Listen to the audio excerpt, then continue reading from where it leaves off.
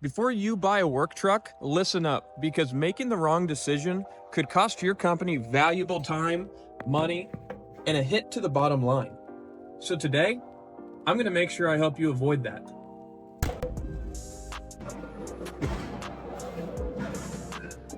I'm JT Horlacher, Commercial Sales Manager at Champion Chevrolet here in beautiful Avon, Indiana. And this is the Upfit Authority. This channel is built for contractors, fleet managers, and business owners across the country. Here on the Upfit Authority, we break down commercial vehicle purchasing tips, upfit walkthroughs, fleet planning tips, and really just everything you need to know to make smarter vehicle decisions. Rather, if you're buying your first work van, or if you have a fleet of 20 service trucks, you've come to the right place. Today on the Upfit Authority, I'm going to give you 5 insider tips to help you spec the right work truck for your business and make sure that you avoid costly mistakes that I see people make every single day. And spoiler alert, we're going to show you why maybe, just maybe, buying a new commercial vehicle for your business could be the best long-term solution for your business's bottom line. And let's get started.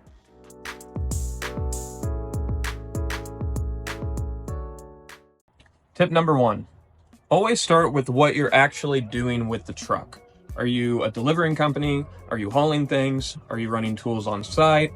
I had a contractor come in one time thinking that he needed a pickup truck. And after a 5-minute conversation with the guy, we realized that a KUV, was the best vehicle for that guy's needs. And it was most secure for his tools, and it had easy access on the job site. The first thing I ask every client is, how is this vehicle going to be used day to day in your company?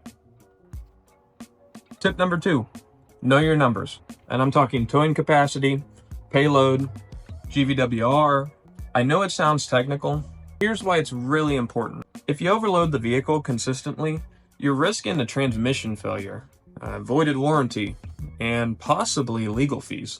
I know one of my customers was pulling a 10,000-pound trailer. He just had no idea that it weighed that much, and we swapped him from a 1,500 to a 3,500, and we actually prevented a lot of risk for him and his company, who depended on reliable transportation and having that vehicle tow that trailer. You don't want to be one of the small businesses that shortcuts these things, because the risk just is never worth the reward. If you're not sure what kind of vehicle you need, just give me a call or shoot me a text. Tip number 3, I get asked this question a lot. Should you buy a new vehicle or a used vehicle for your business? Here's the deal. A new vehicle is going to give you peace of mind. It's going to come with a full warranty. It's going to have new safety features. Here's the big one. A new vehicle is going to have a much lower total cost of ownership. What that means is fewer surprise repairs, better fuel efficiency, less downtime, more uptime. Plus, new vehicles sometimes and oftentimes have more tax advantages if you purchase new. I understand that used is cheaper up front, but if it spends time in the shop, or if it burns more fuel or oil than it's supposed to, it's going to cost your business a lot more in the long run. Now, I'm not saying every new business should go out and buy a brand new vehicle. I'm just saying that, if you can, then you probably should. If you guys would like to see a video in the future breaking down the real cost of ownership versus new and used over the course of the first 5 years, I'd be happy to do a future video on that. Just let me know down in the comments below and hit that subscribe button so you don't miss it.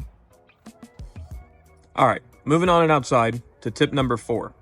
And that's plan ahead. Plan your upfit before buying the vehicle. So if you're a business that doesn't want to pay out of pocket, for example, you could actually get a vehicle upfitted and roll it into the loan so that you only have one monthly payment for your business. We can also incorporate multiple vehicles into one line of credit, but that's a different video again. I really can't stress this enough. You do have to plan out the upfit before you go and buy a chassis or you buy an empty van. If you're going to need ladder rack or a shelving unit, don't just bolt it in later. What I'm trying to get at in tip number 4 is that if you plan ahead, you can really optimize the vehicle to be a lot more specific than what people think. Not every service truck is alike, and your company may have very specific needs for where they want boxes to go on the trucks.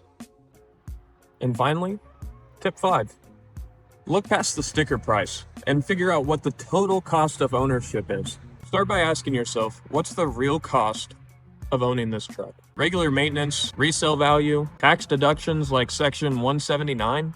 I understand that diesel might be an extra $8,000 out of pocket right now, but if you drive 40,000 miles a year, maybe it could save you some money in the long run. Ask your CPA if Section 179 tax deductions could save you some money this year. If you'd like a link to download my free total cost of ownership template, leave me a comment down below saying template, and I'll get it over to you. So those are our 5 tips. And I think overall, in general, what I'd like to say is it's best to just always think long term. It's not always just what your business needs today, but what your business is growing into and investing into the future. But if you got value from this video, like it, subscribe, and hit that bell notification. Actually, it'd be really cool if it got so many comments that I couldn't respond to all of them, but I don't see that happening. Again, my name's JT Horlacher, and this has been the Upfit Authority, helping you build better, buy smarter, and keep your business moving forward. See you in the next one.